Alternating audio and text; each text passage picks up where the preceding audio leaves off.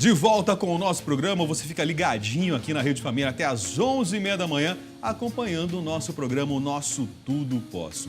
Doces, refrigerantes, bolachas, lanches de fast food, sucos em caixinha e tantos outros produtos industrializados costumam ser os principais responsáveis pelo excesso de sódio e açúcar consumido por crianças, adolescentes e até por nós adultos. E isso não é nada bom para a saúde. Hoje nós estamos recebendo a nutricionista do Hospital Bandeirantes, doutora Marisa Diniz Graça, que vai contar para a gente quais os principais riscos do uso excessivo desses alimentos. Doutora, bom dia. Olá, bom dia. Obrigado pela presença. Obrigada. Olha, ela trouxe para a gente aqui um arsenal de coisas e eu já estava tentando identificar o que é que eu tenho aqui na minha despensa. Pois não. Deixa eu verificar, ó. Hambúrguer tem esses empanados também. A pizza às vezes, viu? Na correria, num domingo à tarde, você não tem o que fazer, você vai lá e pega a pizza. Macarrão instantâneo eu já não gosto, não consumo. Tá. Mas, ó, salgadinho. Sabe quando eu consumo salgadinho? Muitas vezes na estrada. Entre uma cidade e outra, um evento e outro ali. Pela esse salgadinho vai muito bem Rafael? pela praticidade, né? Tá. Suco em caixinha. Tem perigo? É o campeão de açúcar, né, Rafael? Você tá brincando comigo? Na realidade, 1 litro de suco... Porque muitas vezes a pessoa fala assim, eu não tomo refrigerante, mas eu tomo suco de caixinha. Então, o suco de caixinha, ele tem isso daqui de açúcar. São 130 gramas para 1 litro. Realmente é muito. E o risco de desenvolvimento de uma diabetes... Olha aqui, ó. Numa caixinha dessa, a quantidade de açúcar... É muita coisa, realmente. E o que mais nos preocupa é a obesidade infantil. Porque, assim, uma criança tem um pâncreas em desenvolvimento. A produção de insulina dela fica muito comprometida quando você submete. E o problema é que, às vezes, para os bebês...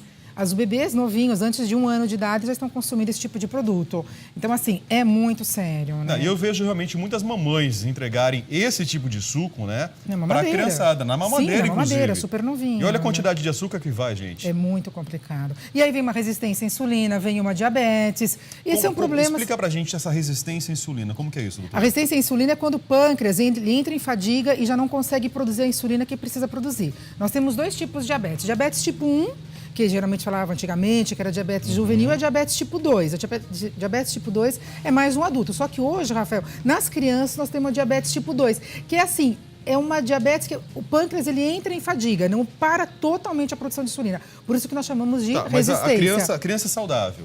Se ela consumir isso... Ela consome isso todos os dias, no almoço e jantar.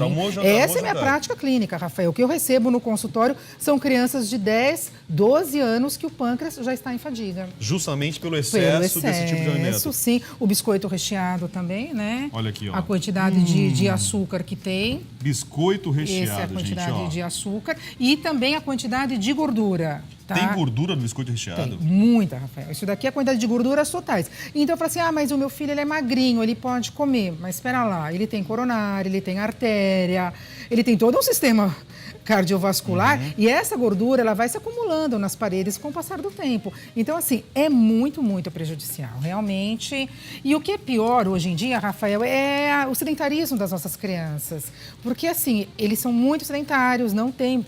Como fazer uma prática de atividade física, fica violência. No videogame, fica no computador, no celular, o tablet o tempo todo. Então você imagina uma criança sedentária que fica a tarde toda na frente de um computador, de uma televisão, com uma alimentação dessa. E ó, gente, eu conheço muita criança, inclusive uma criançona aqui, que come isso aqui um pacote assim, inteiro. ó. Brincando, um pacote inteiro, brincando. Inteiro. Esse daqui também, ó. Seja esse aqui, recheadinho, olha só. Esse também, entendeu? Que é o wafer. A quantidade realmente é muito, entendeu? A quantidade de gordura, gente. É muita coisa. O que representa isso aqui caindo na corrente sanguínea nossa, doutora? Então, foi o problema que eu te falei, problema cardiovascular lá na frente, problema de obesidade, problema de circulação, tudo. O problema é que as nossas crianças estão consumindo isso. E os adultos, os adolescentes. Os adultos, na verdade, servem de exemplo para a criançada, né? A partir do momento que um pai e uma mãe chega com essas coisas em casa, é claro, tá dando o aval aí para a criança consumir isso à vontade. O que nós temos que tentar fazer, Rafael, é voltar no tempo da vovó, que a gente fala. É fazer um bolo em casa, é colocar a criança para ajudar. Isso se perdeu, lógico. A mulher hoje está no mercado de trabalho, mas evitar um pouco do produto industrializado. É difícil. O risco está no industrializado. Está no industrializado, está assim, produto que fica muito tempo na prateleira. Então, como é que você fala assim, mas é praticidade, mas também dá para fazer um bolo em casa E a criança levar de lanche, não precisa ter somente isso. Hoje daí. no programa, inclusive, nós vamos mostrar para vocês, na culinária tem pizza. Ai, né? que bacana. E nós até trouxemos uma pizza industrializada aqui. Sim. O problema não é na pizza, é na pizza na caixinha. Na caixinha, é isso? porque a quantidade Olha aqui, de óleo que tem é isso daqui, de gordura, né? De Pizza. gorduras totais, entendeu? Pizza industrializada. E olha a quantidade de gordura A aqui, quantidade ó. de gordura que tem. E quando eu faço E em um casa- adolescente come isso daqui, come. porque a porção Consome é legal. pequena, né? São Aham. 460 gramas. E quando você faz em casa, totalmente A diferente. gente consegue eliminar realmente toda essa quantidade? Então, Como que é aí isso, que está. doutora? É como é que funciona o nosso organismo. Nós somos formados por trilhões de células. Desses trilhões, 50 milhões são renovados diariamente. O que nos forma são nutrientes. E aí eu brinco, até ontem, 8h30 da noite, são 44. Zinco, selênio, cálcio, magnésio, vitamina A, C, D, E, K, são 44 nutrientes. Se você tem uma alimentação regular, se você consome frutas, verduras e vegetais, você comer isso no final de semana, tudo bem, o seu Uma organismo... vez ou outra não é claro, problema. tudo bem, você também não vai viver numa redoma, existe a praticidade. Poxa vida, num domingo à noite, tá lá no seu freezer, o problema é você comer isso diariamente. O problema é você começar a sua refeição da seguinte forma, né? Isso. Café da manhã. O suco de caixinha, com biscoito. Com biscoito, aí vai pra escola, já leva Aham, o pacote leva. de Eles chocolate. levam uma caixinha inteira. Leva o salgadinho, vem pro almoço. Aí vai ter O empanado. o empanado, ou vai ter um O hambúrguer hambúrguer. aqui. Termina o dia jantando pizza. Sem nenhum alimento, assim, de ordem vegetal, né? Nenhuma fruta, nenhuma verdura. Aí você fica com uma deficiência de vitaminas. Aí teu organismo não resiste, não tem como. É que os produtos industrializados trouxeram praticidade para nossa Sim, vida. com Isso a gente não certeza. pode negar. Mas você tem que pensar que o fígado ele tem que dar conta de detoxificar isso daqui, porque ele não reconhece, o nosso organismo, ele não sabe o que é isso. Mas você tem que ter as frutas, a vitamina A, vitamina C, vitamina D, complexo B, para o teu fígado conseguir dar conta disso daqui, entendeu? E manter esse equilíbrio, que é o mais importante. Aqui. A praticidade do suco de caixinha, de mandar na lancheira da criança, da escola, uma vez por dia, tudo bem. Mas desde que em casa ele tem um suco natural. O problema é que as crianças hoje elas estão muito mais seletivas, Rafael. Por quê? Porque a partir do momento que uma criança submete essa quantidade de açúcar, na língua, nós temos o que chamamos de papilas gustativas. São trilhões de furinhos que reconhecem o sabor ácido, o azedo, o amargo e o doce.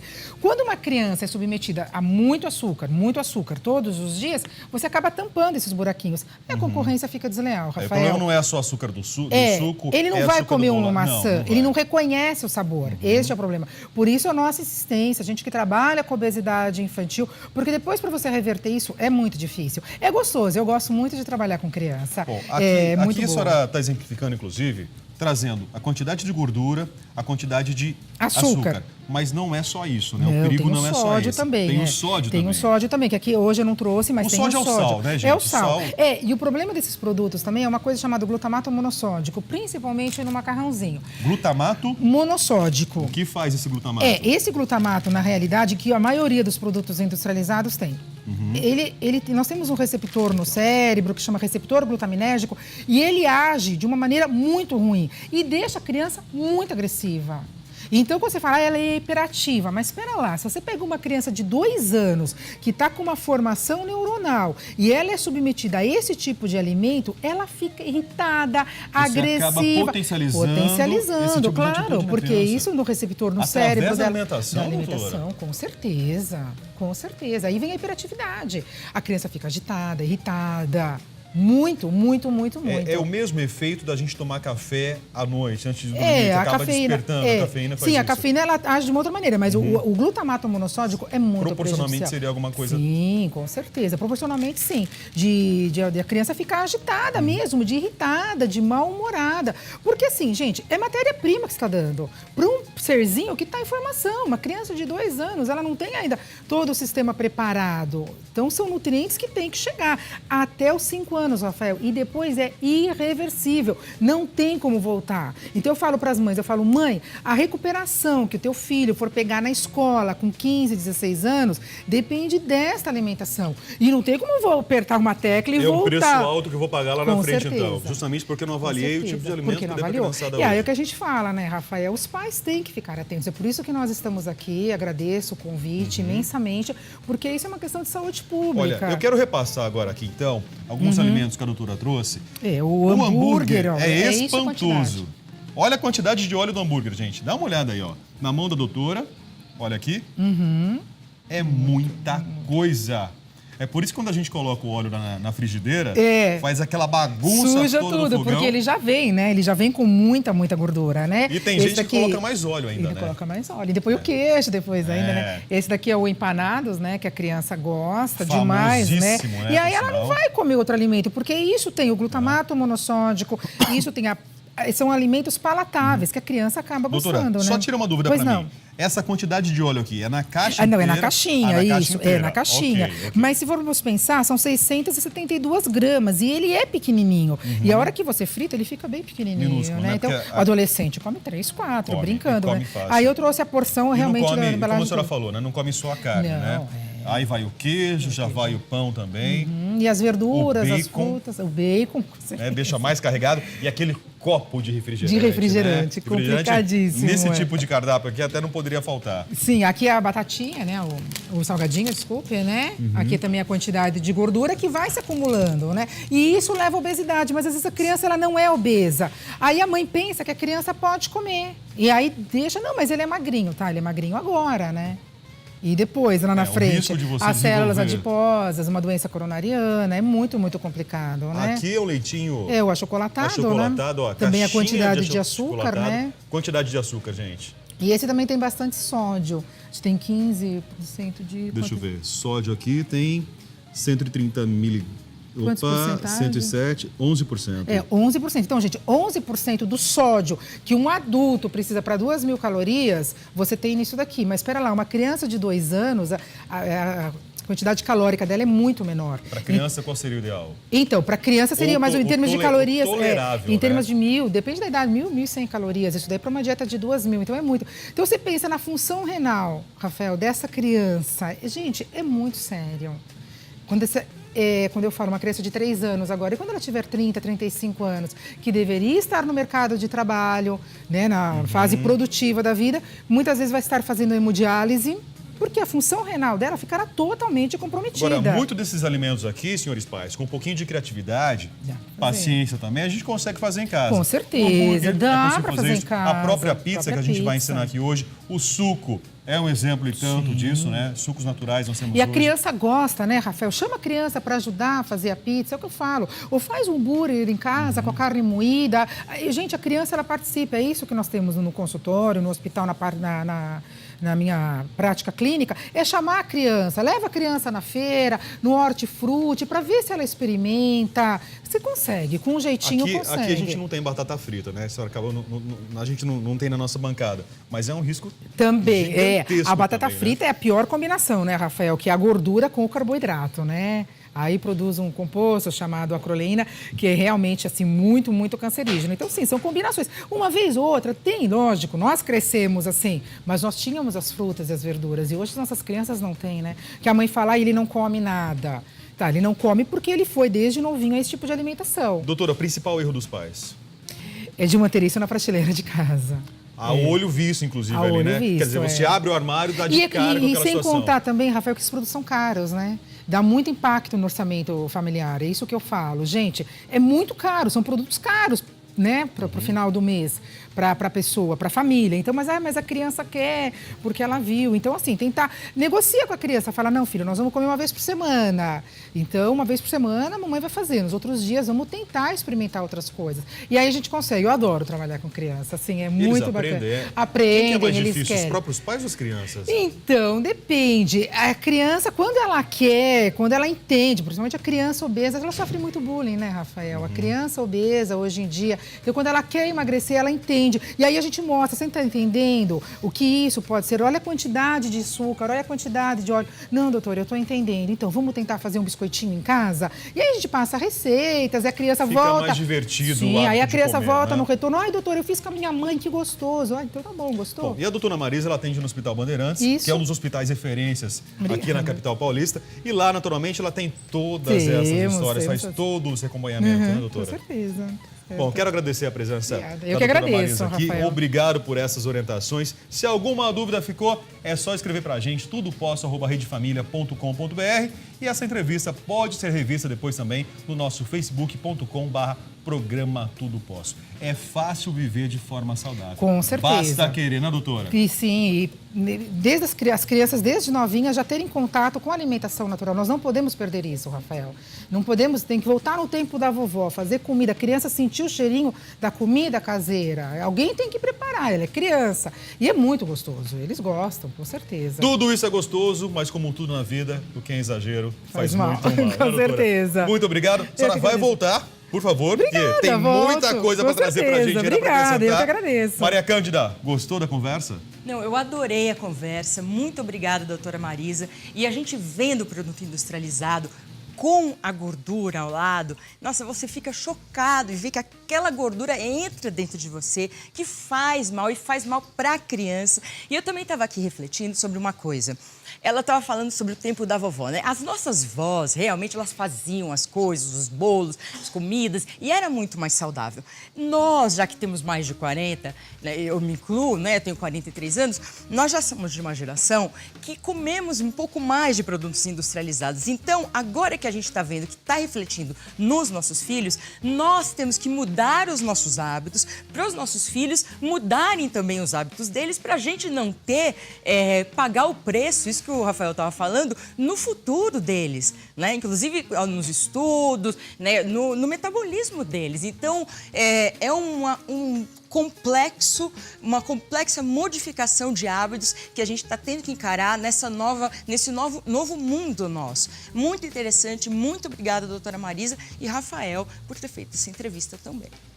Valeu. Agora é hora de notícia, hora de informação aqui no nosso programa. E o preço residencial a cada 1.000 litros de água cobrado pela Sanasa dentro da faixa de consumo mínimo é o mais caro entre as 20 cidades da região metropolitana de Campinas e também em comparação a municípios como Guarulhos, município do mesmo porte de Campinas, em meio a essa crise hídrica. E a prefeitura, olha só, a prefeitura de Campinas afasta a possibilidade de criar um programa de desconto para incentivar a população a economizar e ainda defende a manutenção das tarifas sob o argumento de manter os investimentos que garantam o abastecimento dentro dessa situação. Entre as cidades da RMC, região metropolitana de Campinas, Olambra está no lado oposto a Campinas em relação à tarifa. Lá na cidade, que tem aproximadamente 12 mil habitantes, a água é gratuita desde que o consumo não ultrapasse 5 mil litros por mês. Segundo a prefeitura, 333 ligações, 10% do total da cidade, se encaixaram nessa categoria, isso no mês passado, e a medida foi tomada para incentivar a economia. E a ausência de cerca de 29% dos candidatos inscritos no Exame Nacional do Ensino Médio, o Enem, custou mais de 129 milhões de reais aos cofres públicos. Isso de acordo com informações divulgadas pelo Ministério da Educação ainda neste domingo. O governo gasta 453 milhões de reais para aplicar provas do Enem neste ano. Esse, pelo menos, foi o gasto calculado. O cálculo do prejuízo é baseado na estimativa do governo de que cada um dos 8,7 milhões de inscritos no Enem gerou um custo de R$ 52. Para realizar o exame, o governo federal faz o pagamento de colaboradores, a impressão das provas, o transporte dos exames, a logística, a segurança dos locais da prova, entre tantas outras coisas. E o MEC contabilizou a eliminação de 1.519 candidatos durante as provas do Enem, agora em 2014, realizado nesse final de semana, e desse total, 233 casos de exclusão foram causados pelo uso indevido do celular durante a prova. No ano passado, o governo contabilizou a exclusão de 47 pessoas justamente pelo mesmo motivo. Final de tensão para os pais, mas principalmente também pelos alunos. Oi, Maria Cândida, pode falar. Tem que fazer uma reflexão, né? O nosso país, um país em desenvolvimento, um país pobre, que precisa economizar. As pessoas têm que ter consciência. Não pode fazer um negócio desse. O estudante não pode fazer uma Faz a inscrição e se ausenta, né? Para começar. Faz a inscrição e se ausenta. Aí não dá também, né? Você onera os cofres públicos de uma forma que não pode mais onerar. A gente não tem mais, a gente não pode se dar o luxo mais de fazer um negócio desse com o país, entendeu? É uma falta de responsabilidade. É uma atitude parece simples. Eu vou faltar porque eu preciso faltar, porque eu não quero fazer, não estou preparado. E afinal, cada um custa R$52, que não é nada, 52. Só que junto 52, multiplica, 52 é multiplica. Exatamente. Aí, é uma falta de responsabilidade com o país, com tudo, entendeu? É fogo, né? 129 milhões jogado fora. É. Dessa forma. Que podia estar alimentando um monte de gente. Exato. Né? Vamos lá. Bom, no próximo no próximo bloco, nós vamos falar sobre direito do consumidor no que diz respeito a compras pela internet. Você fez ou faz compras pela internet? Teve algum problema? A advogada doutora Andréia Santos vai esclarecer todas as nossas dúvidas. E daqui a pouco, fique ligado que é muito interessante.